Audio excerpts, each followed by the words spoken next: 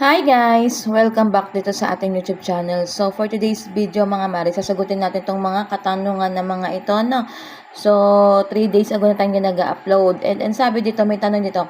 Pero asking po, paano po ini-enter yung link source? Iba-iba po yung item nyo. So guys, siguro ang tinatanong niya dito is tungkol nga ito sa live stream. So guys, ang tanong niya dito, paano do ini-enter yung link? Kay Madam Mabel, kapag po maglalagay ka ng link doon sa live stream mo, mga sis, ang gagawin nyo po, yun nga po yung tinatawag natin, titingin ka muna ng product na may commission, tapos yun po yung iha-heart ninyo.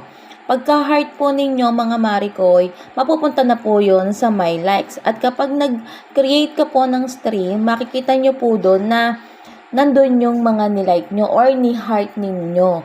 Meron po akong tutorial dyan, may video po ako dyan kung paano maglagay ng product sa kapag magla-live stream kayo, mga mari ko. Hanapin nyo lang po dyan sa mga videos ko. Ayan.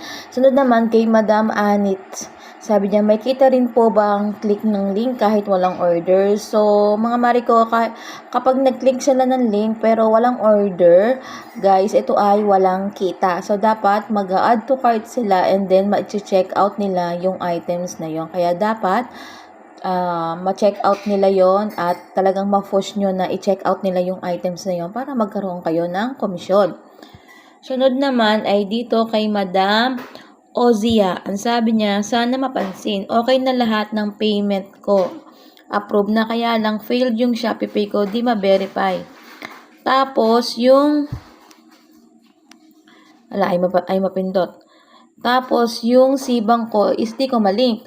Papasok din ba sa commission kung saan verified Shopee Pay at sa sibang di ko nakakalink? Salamat, sana mapansin ako dito.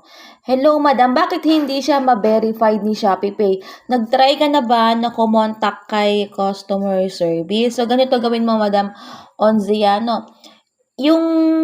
Yung issue i-screenshot mo and then kumontak ka ng customer service tapos itanong mo lahat ng gusto mong itanong doon kasi nagre-reply naman sila tsaka magagaling kausap ang mga customer service natin. So kung ako sa iyo, i-screenshot mo yung problem and then i-analyze mo dun sa customer service tapos hihingan ka kasi nila ng screenshot and then i-send mo sa kanila. Tapos ayun, sabihin mo pa-visit po ng account nyo. Tapos ayun, matutulungan ka na nila doon. So, ayun lang mga guys. So, sana na natulungan ko kayo. And pag po naka-live, magtanong kayo. Sana maka-attend kayo ng mga live stream kasi pwede kayong magtanong doon one-on-one.